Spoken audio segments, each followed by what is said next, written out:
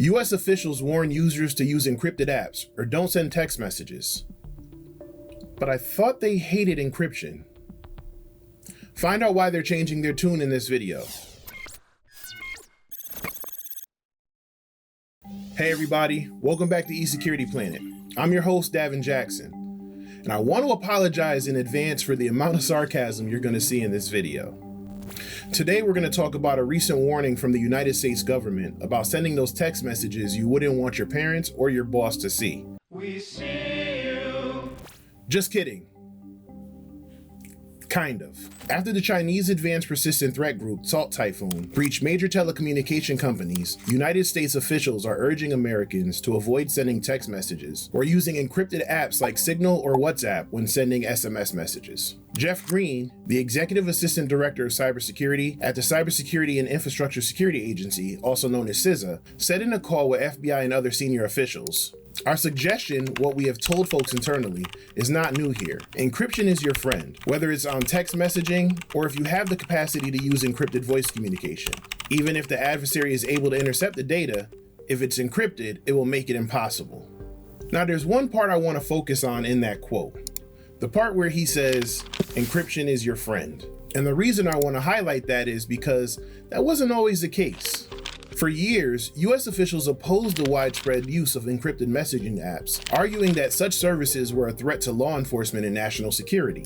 Congress even introduced the ENCRYPTED Act in late 2020, which proposed stripping platforms of their legal protections unless they complied with government-mandated access provisions. Encrypted messaging app Signal and other privacy advocates fiercely opposed the bill as it was seen as a direct assault on privacy rights. Signal even threatened to withdraw from the US market if the ENCRYPTED Act or similar anti-encryption bills were passed.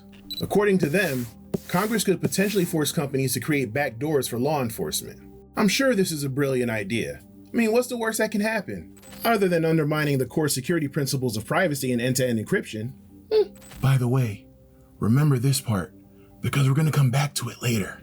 Although the initial bill wasn't passed, it seemed like both sides had dug in and they weren't willing to budge as the bill was reintroduced in 2022 and 2023. And then Typhoon happened. For those who don't know, this sophisticated operation has compromised at least 8 major US telecommunication providers, including AT&T, Verizon, and Lumen Technologies. Typhoon also accessed the communications of several prominent politicians and presidential campaign members. So remember how I mentioned one of the provisions in the ENCRYPTED Act earlier? You know, the one brilliant idea about backdoors for law enforcement? Yeah, that one. Well, it turns out that once the attackers got into the network, they may have used the same backdoors used by law enforcement to access the wiretaps. That's right, the same backdoors that were created for law enforcement was used by the criminals. As of this recording, the breach has not been fully remediated, and US officials have refused to set a timetable for declaring when the telecom systems will be deemed safe from attackers. To learn more about how devastating the Typhoon attack is, check out our previous video on this channel. The attack by the Chinese hacking group has caused Congress to rethink its policies, holding several briefings with security agencies and cybersecurity companies to assess the damage and figure out how to prevent further compromise from the Chinese group or any other future threat actors. Which is where, I guess, they decided that the enemy of my enemy is my friend? What was once viewed as suspicious and a challenge for law enforcement, encryption is now recognized as an essential component to maintaining the integrity of national infrastructure. Wow. You don't say.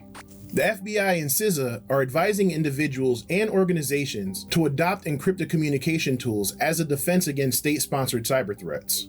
The change, of course, reinforces what security professionals have been saying for, how about all along? That strong encryption is not only a tool for privacy, but also plays a pivotal role in protecting against cyber attacks and data breaches, which, wouldn't you know it, just so happens to be a crucial component to national security. Who would have thought? But seriously, the Typhoon attack revealed vulnerabilities in systems previously thought secure, highlighting the need for robust cybersecurity measures at all levels, and also making this one of the biggest and costliest "I told you so" moments in recent history. However, it also marks a turning point in how the United States government views encryption. The advancement in nation-state cyber threats has forced policymakers to reconsider their stance. As state-sponsored attacks become more frequent and sophisticated, encryption will continue to play a vital role in safeguarding both the personal privacy and national security. And while they figure that out, you should probably find a messaging app that offers end-to-end encryption and start using it. Signal is great and easy to use, and it also allows you to automatically delete messages upon reading, minus the whole tape self-destructing thing like in the old days. There's also WhatsApp by Meta, but they do collect a lot of metadata. And iPhone users, you don't need to worry about this because Apple's iMessage is also end-to-end encrypted, which I'm sure is something else they're going to use to claim their superiority to Android users. Here's a bonus tip. Use multi-factor authentication on your messaging app to give you added security just in case someone tries to log into your account.